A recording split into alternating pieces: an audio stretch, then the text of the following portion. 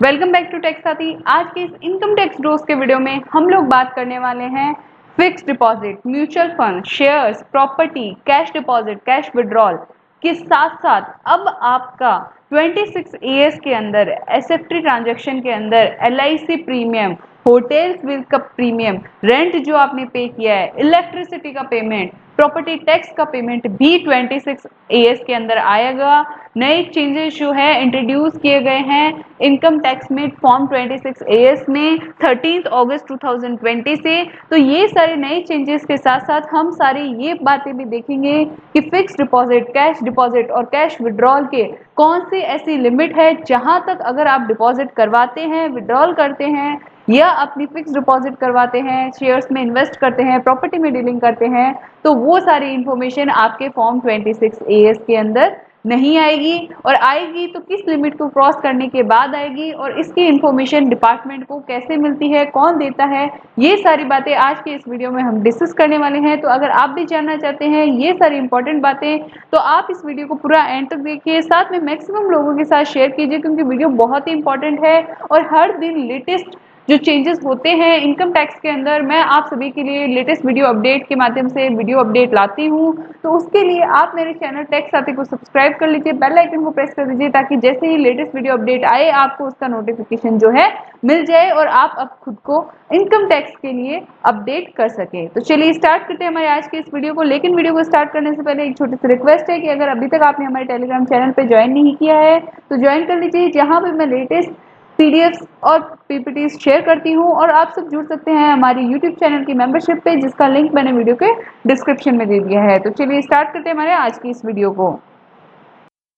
सबसे पहले हम यहाँ पे बात करते हैं रूल 114E को, जो कि बात करता है furnishing of statement of financial transaction, जिसका मेन सेक्शन जो है इस रूल का वो है सेक्शन 285BA, जिसको सेपरेटली हम एक वीडियो में ऑलरेडी डिस्कस कर चुके हैं। अगर आपने उस वीडियो को नहीं देखा है तो जरूर देख लीजिए क्योंकि हमने सेक्शन 285BA को डिटेल में डिस्कस किया है। और साथ में मैं आपको ये भी बताना चाहूंगी कि इसके अंदर जो स्टेटमेंट फर्निश होता है वो होता है फॉर्म 61A के अंदर, और ये 61A जो है वो आपको हर एक फाइनेंशियल ईयर के लिए within the due date आपको फाइल करना होता है। और ये सेक्शन जो आपका इंप्लीमेंट हुआ था 285BA और रूल 114E वो आपका फर्स्ट डे ऑफ अप्रैल 2016 से आपका इफेक्टिव हो गया था। तो सबसे पहले हम बात करते हैं कैश डिपॉजिट की। कैश डिपॉजिट के लिए यहाँ पे ट्रांजेक्शन जो आप करते हैं वो मेंशन्ड है कॉलम नंबर 2 के अंदर, और कौन से पर्सन जो रिपोर्ट करेंगे उनका नाम जो है कॉलम नंबर 3 के अंदर मेंशन है। जैसे कि हम यहाँ पे एग्जांपल से समझते हैं पॉइंट नंबर 2 को। पॉइंट नंबर 2 में लिखा गया है कि अगर आपने कैश डिपॉजिट करवाया है जो कि एग्रीगेट अमाउंट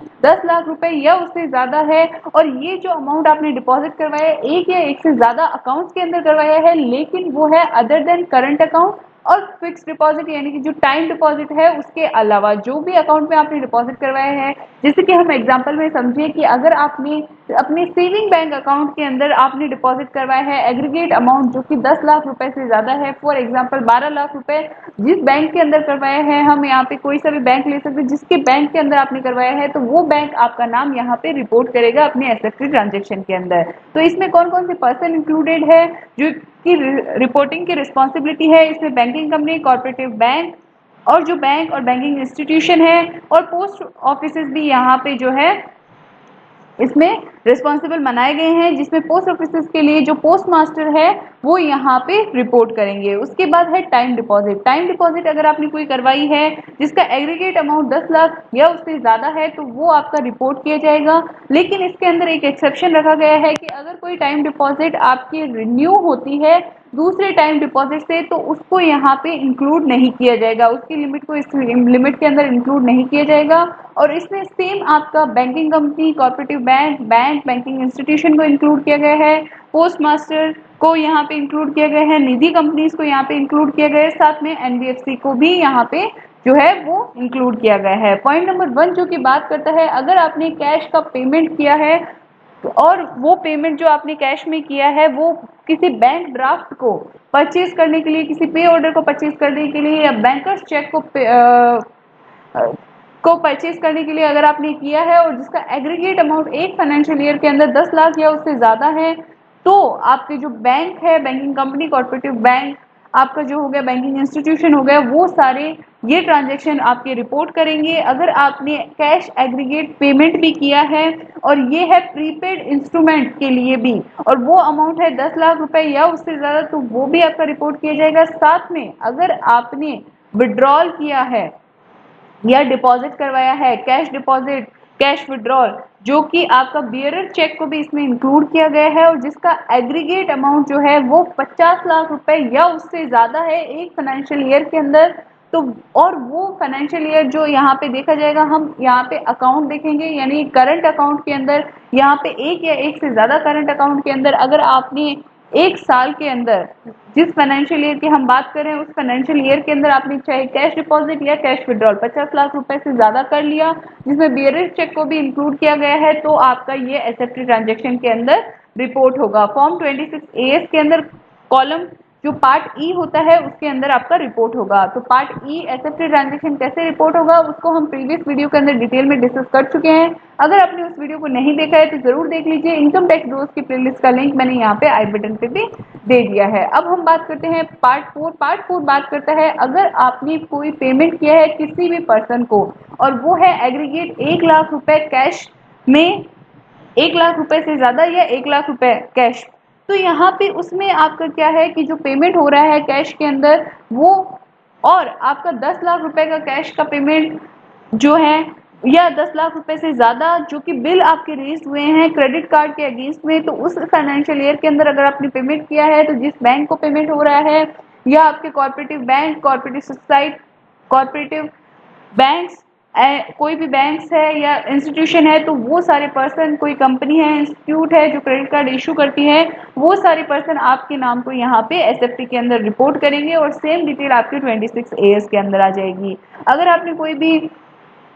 कंपनी के शेयर्स परचेज किए हैं तो शेयर्स के लिए यहाँ पे लिमिट है कि अगर आपने किसी कंपनी के 10 लाख रुपए से ज्यादा के शेयर्स परचेज किए हैं जिसमें शेयर एप्लीकेशन मनी की अमाउंट को भी इंक्लूड किया गया है, तो उसमें जो कंपनी इशू करती है शेयर वो आपके नाम को यहाँ पे रिपोर्ट करेगी। अगर आपने कोई भी बॉन्ड्स और डिबेंचर लिए हैं किसी कंपनी के और जिनका एग्रीगेट अमाउंट 10 लाख रुपए से ज्यादा है तो भी आपका नाम यहाँ पे रिपोर्ट किया जाएगा। उसके बाद अगर आपने कोई कंपनी जो है वो आपके बायबैक कर रही है, कंपनी जो कि लिस्टेड है रेकग्नाइज्ड स्टॉक एक्सचेंज पे और बायबैक कर रही है किसी सिक्योरिटी को, तो और उसका एग्रीगेट अमाउंट जो है वो आपका 10 लाख रुपए या उससे ज्यादा है तो भी आपका नाम यहाँ पे रिपोर्ट होगा। म्यूचुअल फंड्स के लिए भी आपका सेम कंडीशन रखा गया है, 10 लाख रुपए की लिमिट यहाँ पे रखी गई है म्यूचुअल फंड्स के अंदर अगर आपने इन्वेस्टमेंट किया है तो। उसके बाद अगर हम देखें आपका इमूवेबल प्रॉपर्टी, अगर आपकी इमूवेबल प्रॉपर्टी की वैल्यू जो कि है 30 लाख रुपए या उससे ज्यादा और स्टैम्प वैल्यूएशन अथॉरिटी जो सेक्शन 50C के अंदर वैल्यूएशन आता है उसके अकॉर्डिंग तो जो इंस्पेक्टर जनरल है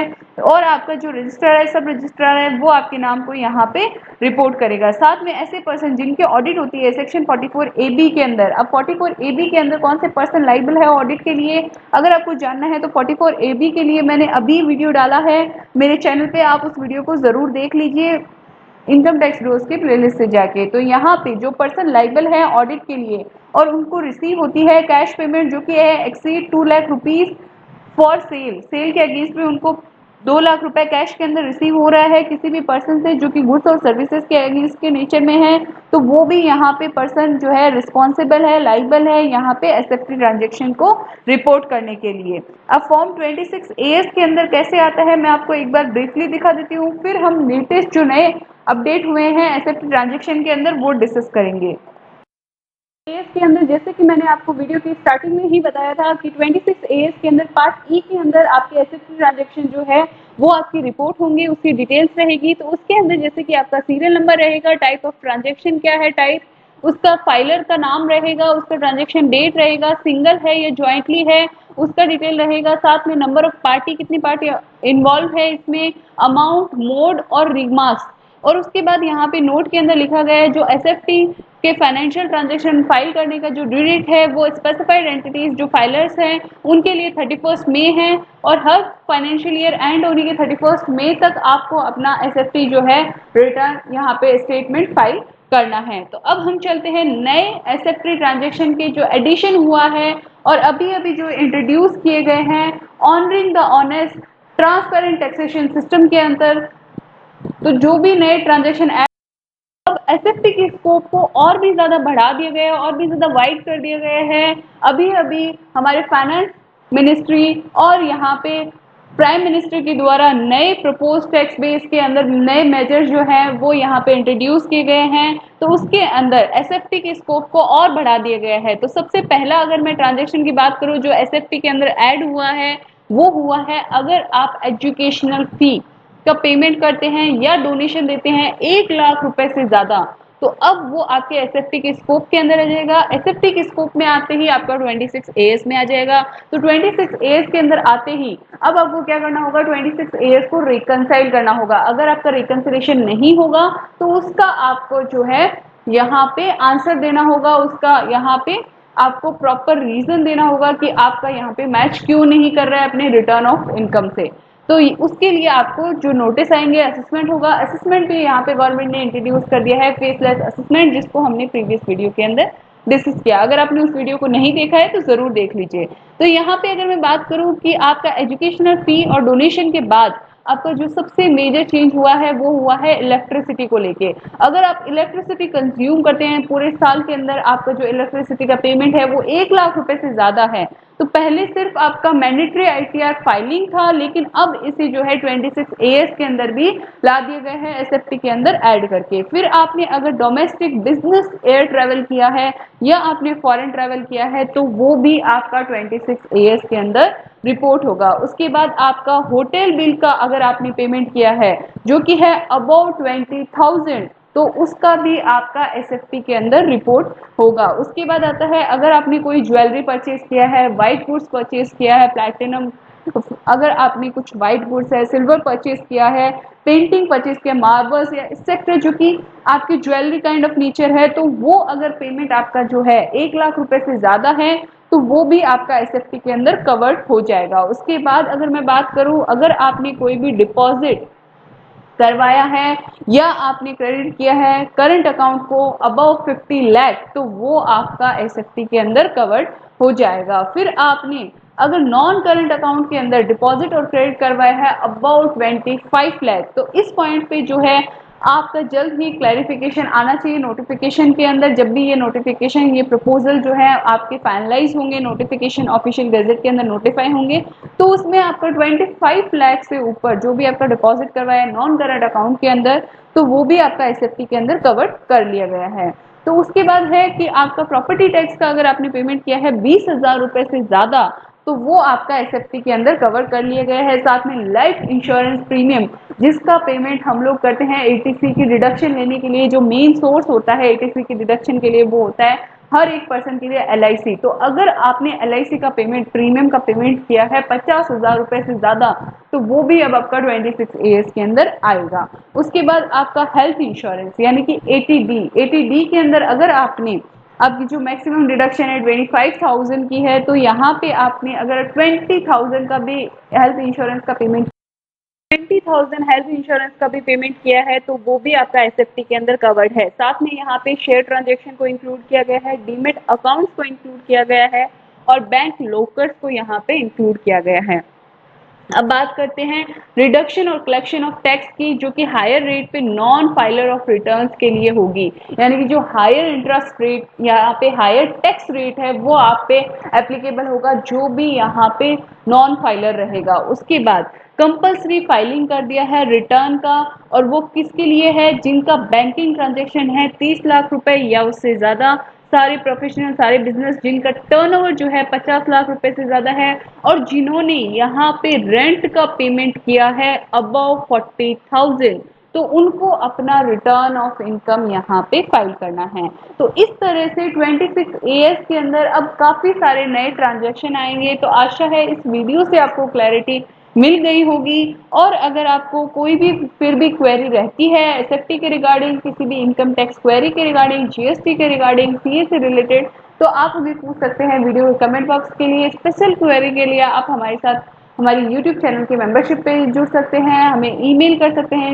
मेल आईडी मैंने डिस्क्रिप्शन में मेंशन कर दी है। तो चलिए आज की इस वीडियो को यहीं एंड करते हैं। आशा है ये वीडियो आपको पसंद आया होगा। पसंद आया है तो इसे लाइक कर दीजिए, शेयर कर दीजिए मैक्सिमम लोगों के साथ, ताकि उनको भी अपडेट मिल सके। और अगर अभी तक आपने हमारे चैनल टेक साथी को सब्सक्राइब नहीं किया है तो उसे सब्सक्राइब करने के साथ साथ बेल आइकन को प्रेस कर दीजिए ताकि ऐसे ही लेटेस्ट वीडियो अपडेट आप सभी को मिल सके।